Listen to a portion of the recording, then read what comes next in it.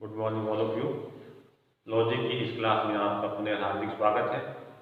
हम पढ़ रहे हैं कि अरस्तु ने जो 4 प्रकार के निरूपाधिक तर्क वाक्य बताए, उनमें प्रमाणिकों की सहायता से, क्वांटिफायर की सहायता से हम सिंबलाइजेशन किस प्रकार से करें।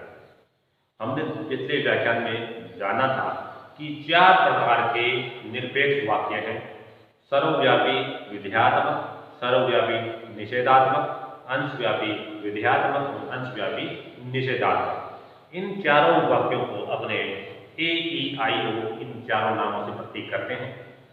तो इनका सिंबलाइजेशन किस प्रकार से होगा?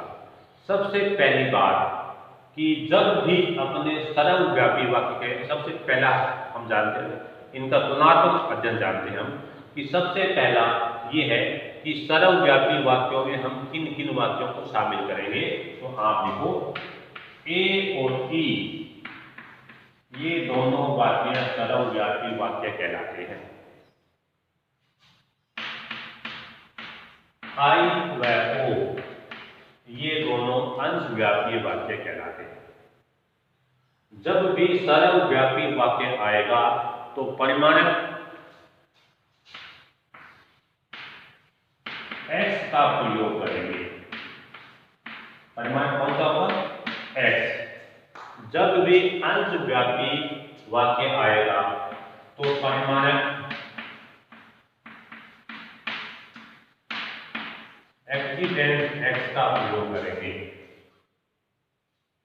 जब भी सर्वव्यापी वाक्य आएंगे, इनमें हमें परिमाणकों की सहायता से, जब भी सर्वव्यापी वाक्य आएंगे, इनमें यदि हमें परिमाणकों की सहायता से प्रतीकीकरण करना है तो इंप्लीकेशन का चिन्ह आएगा। तार्किक संयोजक का चिन्ह कौन सा है? तार्किक संयोजक।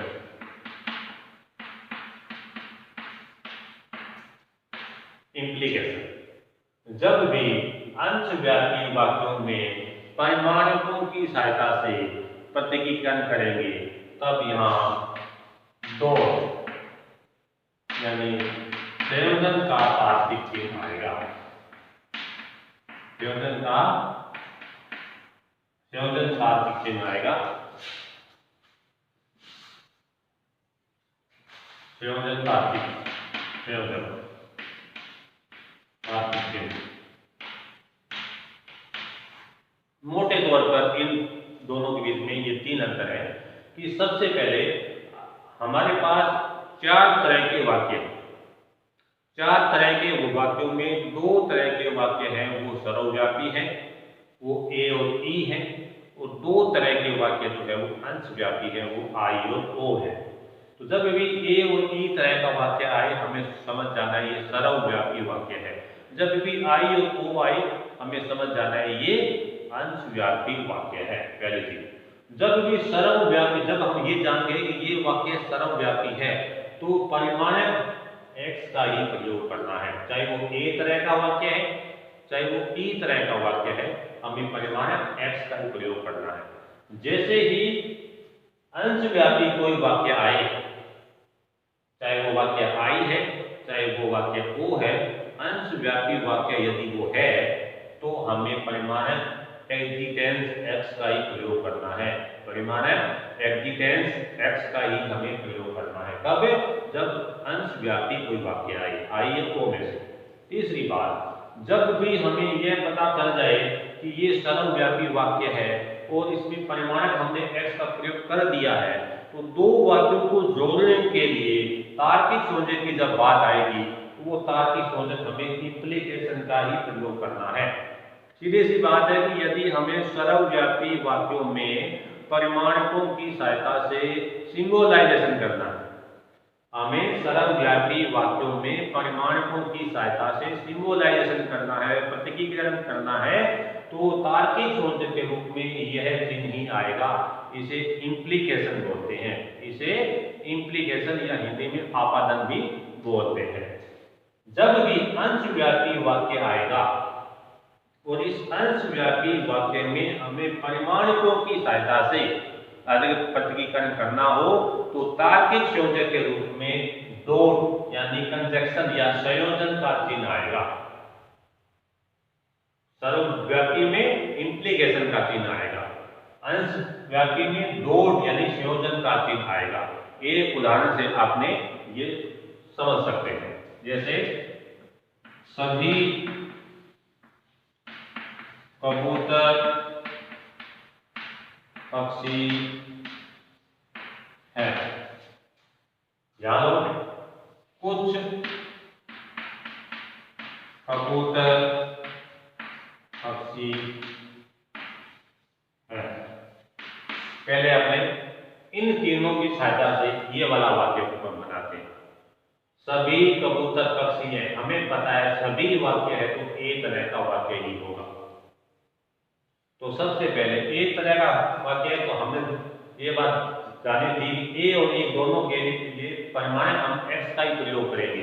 तो सबसे पहले हमने परिमाण लगा दिया एक्स।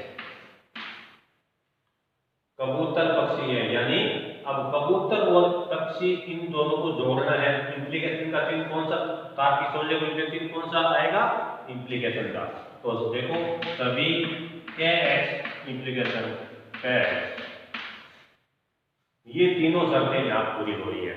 वाक्य कौन सा है, सभी कबूतर पक्षी हैं, एक तरह का वाक्य है। एक तरह का वाक्य तो परिमाण कौन सा यूज करना है, हमें एक्स का परिमाण यूज करना है। ये कर दिया हमने एक्स परिमाण का यहाँ प्रयोग। तीसरी बात, दोनों पदों उद्देश्य और विधेय पदों को जोड़ने के लिए हमें तार्किक संयोजन के रूप में किस चिन्ह का प्रयोग करना है, इंप्लीकेशन का। ये हमने यहाँ इंप्लीकेशन का चिन्ह का प्रयोग कर दिया। अब देखो ये वाला वाक्य, कुछ कबूतर पक्षी है, कुछ है यानी आई और ओ तरह का वाक्य है। तो आई और ओ तरह का वाक्य जहां भी आएगा तो वहां परिमाण के रूप में हमें एक्जिटेंस एक्स का प्रयोग करना है। एक्जिटेंस एक्स का प्रयोग कर दिया हमने।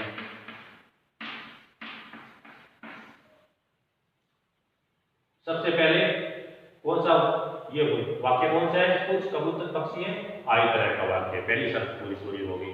दूसरा देखो, आई या वो तरह का वाक्य हो तो परिमाण हमें एक्जिटेंस एक्स का ही प्रयोग करना है, एक्जिटेंस एक्स का ही हमने प्रयोग किया है। तीसरी शर्त कि जब आई ओ तरह का वाक्य हो तो हमने परिमाण एक्जिटेंस एक्स लगा दिया हो तो उद्देश्य और विधेय पदों को जोड़ने के लिए जिस तार्किक संयोजक का प्रयोग करेंगे वो संयोजन का चिन्ह ही होना चाहिए, वो डॉट का चिन्ह ही होना चाहिए। तो ये लो जी डॉट का चिन्ह, ये बन गया आपका अंशव्यापी वाक्य का सिंबोलाइजेशन परिमाणकों की सहायता से। अब इसमें अंतर देख लो आप, ये सर्वव्यापी वाक्य है, ये अंशव्यापी वाक्य है। इसमें सर्वव्यापी परिमाणक का प्रयोग किया है, इसमें हमने अंशव्यापी परिमाणक का प्रयोग किया है। इसमें तार्किक संयोजक के रूप में हमने इंप्लीकेशन का प्रयोग किया है, इसमें तार्किक संयोजक के रूप में हमने संयोजन या डॉट का प्रयोग किया है। अब ये वाक्य हमने लिया सर्वव्यापी में, ये पहले वाला वाक्य। अब इसी वाक्य का हमें नेगेटिव करना हो तो सिंपल सा है, एक्स इंप्लीकेशन नॉट। इसी वाक्य का कोई कबूतर पक्षी नहीं है, ये वाक्य हमें करना हो तो केवल हमें इंप्लीकेशन के बाद यहाँ नोट का प्रयोग करना है, बाकी चीज वही रहेगी। इसी तरह कुछ कबूतर पक्षी हैं, इसकी जगह हमें को प्रकार का वाक्य बनाना हो कि कुछ कबूतर पक्षी नहीं है, तो ये सेम ही वाक्य रहेगा, एक्स डॉट नॉट एक्स।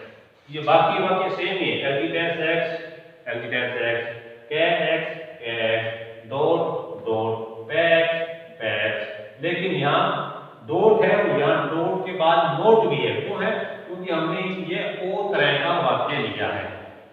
ओ तरह का वाक्य, ओ तरह वाक्य की पहचान क्या है, इस आरंभ में कुछ होगा लास्ट में नहीं होगा, नोट होगा, तो हमने यहाँ पर नोट का प्रयोग कर दिया है। इसी प्रकार इसमें ई तरह के वाक्य की पहचान क्या है, कोई कबूतर पक्षी नहीं है, या कोई मनुष्य मरणशील नहीं है, कोई कुत्ता अमर नहीं है, तो हमने इंप्लीकेशन के बाद यहाँ नोट का प्रयोग कर दिया, बाकी वैसा का वैसा रहेगा। तो ये है सर्वव्यापी वाक्य और अंशव्यापी वाक्य दोनों का सिंबोलाइजेशन परिमाणिकों की सहायता से, क्वांटिफायर की सहायता से। अगले व्याख्यान में हम कुछ उदाहरणों से इन चारों वाक्यों के सिंबोलाइजेशन को समझने का और प्रयास करेंगे। धन्यवाद।